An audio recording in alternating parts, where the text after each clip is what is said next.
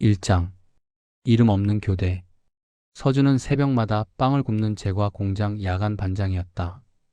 기계 소음 속에서 하루를 시작하고 끝내는 삶이었다. 그는 누구보다 성실했지만 아무도 그의 이름을 부르지 않았다.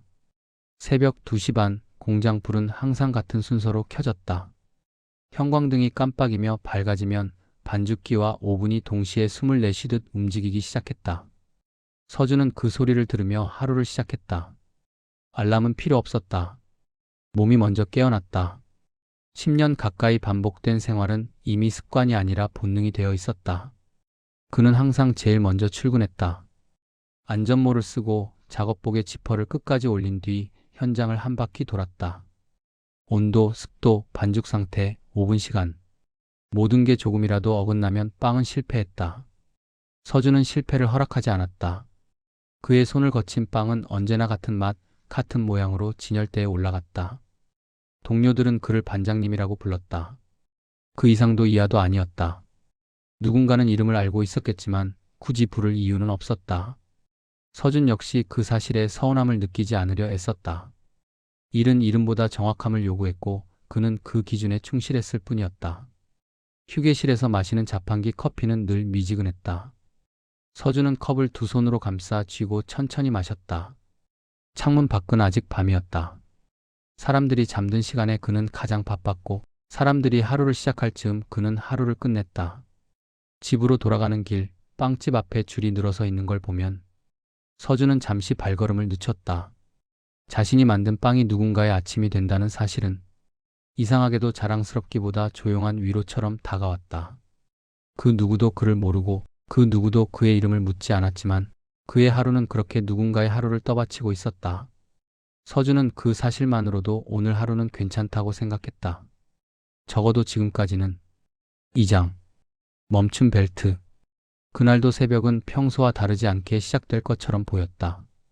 반죽의 온도는 안정적이었고 오븐의 열도 정확했다. 하지만 컨베이어 벨트는 시작부터 미묘하게 느렸다. 서준은 그 차이를 바로 알아챘다. 기계는 말을 하지 않지만 오래 곁에 있으면 신호를 보낸다. 그는 그 신호를 믿는 사람이었다. 벨트가 한번 멈췄을 때 공장 안의 소음이 갑자기 꺼진 것처럼 느껴졌다. 철이 멈추는 소리는 없었지만 사람들의 움직임이 동시에 얼어붙었다. 반죽 위에 얹힌 빵들이 중간에서 멈춰 서 있었다. 서준은 즉시 비상 스위치를 확인하고 덮개를 열어 내부를 살폈다. 예상대로였다. 노후된 체인이 심하게 늘어나 있었고 기어는 이미 제 속도를 잃고 있었다. 벨트 멈췄습니다. 서준은 관리실에 무전으로 상황을 알렸다. 그의 목소리는 최대한 담담했지만 속은 그렇지 않았다. 이 장비는 예전에도 문제를 일으킨 적이 있었다. 그때 다친 건 다름 아닌 같은 라인의 작업자였다. 사고 보고서는 빠르게 정리됐고 기계는 임시 조치만 거친 채 다시 돌아왔다. 그 이후로 아무도 그 이야기를 꺼내지 않았다. 잠시 후 돌아온 관리자의 답은 짧았다. 지금 멈출 수 없어. 그냥 가동해. 생산량, 납기, 손실. 그가 내뱉는 단어들은 늘 비슷했다. 서준은 잠시 말을 잇지 못했다. 벨트를 다시 움직이게 하는 건 가능했다. 하지만 괜찮을 것이라는 보장은 어디에도 없었다. 서준은 현장을 다시 한 바퀴 돌았다. 작업자들의 얼굴이 눈에 들어왔다. 아직 상황을 잘 모르는 표정, 그저 시키는 대로 움직일 준비가 된 사람들. 그들 중 몇 명은 신입이었다.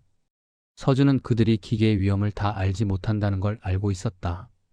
그는 손에 쥔 무전기를 바라봤다.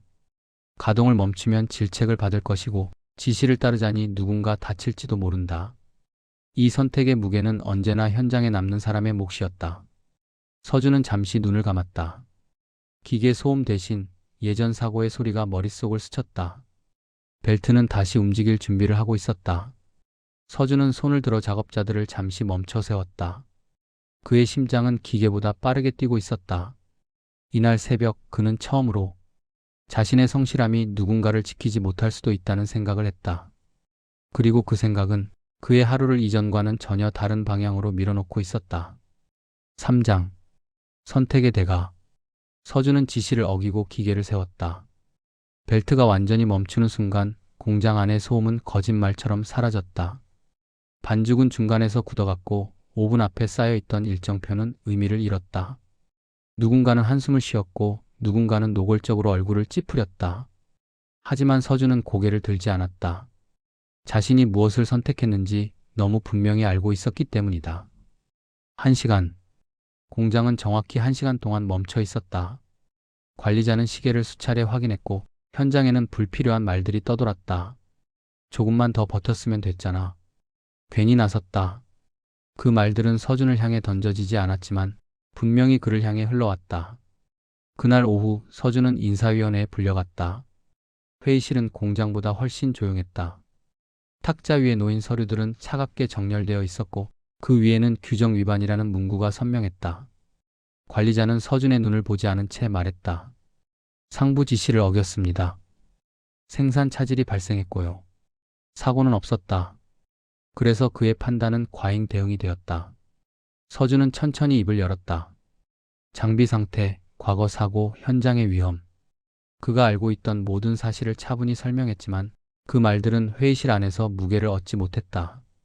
안전은 가정이었고 손실은 숫자로 남았기 때문이다. 결론은 이미 정해져 있었다. 위원회가 끝나고 폭도를 걸어 나오는 동안 서준은 처음으로 발걸음이 무겁다고 느꼈다. 현장으로 돌아가자 시선들이 엇갈렸다. 누군가는 고개를 돌렸고 누군가는 모르는 척 지나쳤다.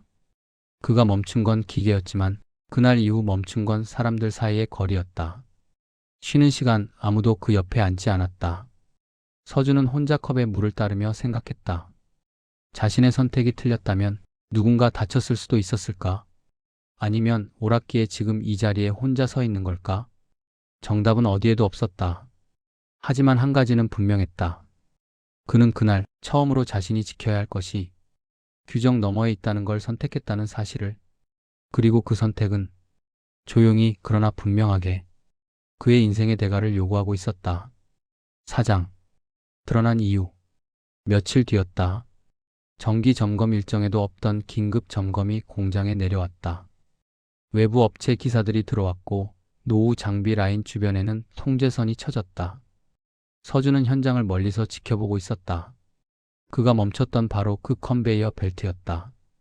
분해된 장비 안쪽에서 문제가 발견됐다. 육안으로는 보이지 않던 금속 균열, 고속 회전 시 언제든 파손될 수 있는 치명적인 결함이었다. 기사의 말은 단순했다.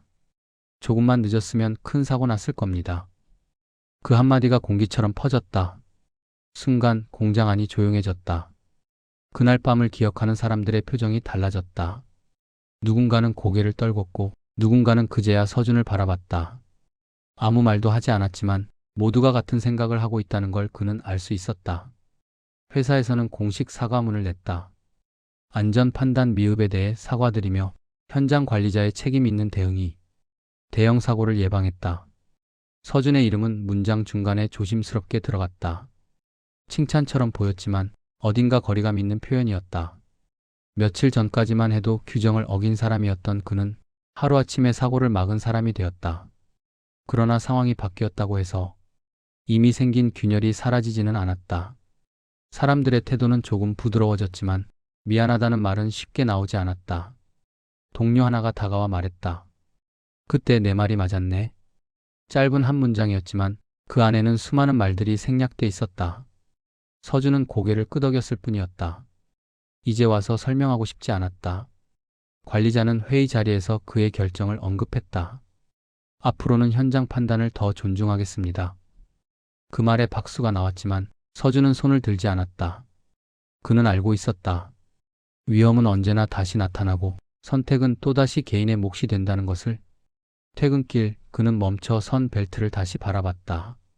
그날 자신이 멈춘 건 기계였지만 사실은 더 큰 무언가였다는 생각이 들었다. 사람이 다치는 미래, 돌이킬 수 없는 순간들. 옳았다는 사실이 밝혀졌지만 그 선택이 쉬워지지는 않았다. 다만 서준은 분명히 알게 되었다.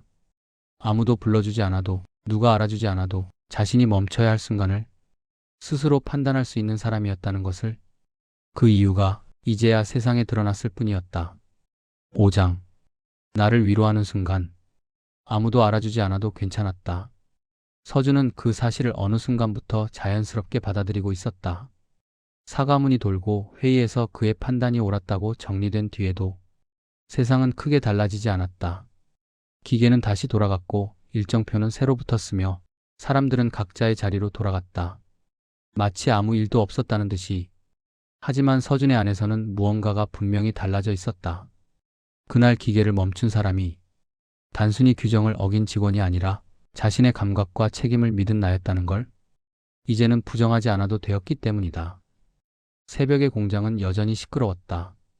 오븐의 열기, 반죽이 부딪히는 소리, 경고등의 미세한 깜빡임까지도 그에게는 익숙한 풍경이었다.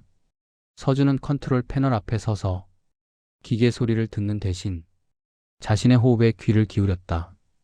급하지도 불안하지도 않았다. 그는 깨달았다. 그날 멈춘 것은 단순한 컨베이어 벨트가 아니라 무조건 참고 넘겨야 한다고 믿었던 자신이었음을.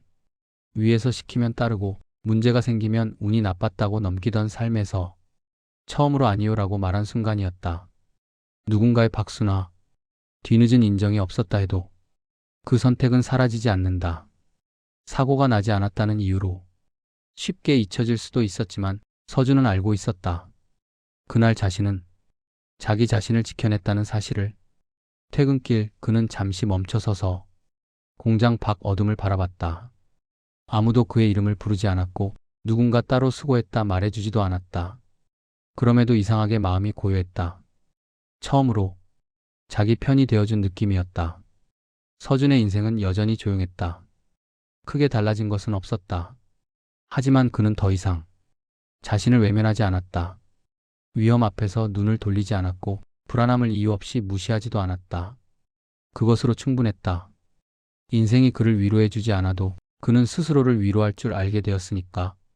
그리고 그 조용한 위로는 앞으로도 그를 무너지지 않게 붙잡아 줄 것이었다.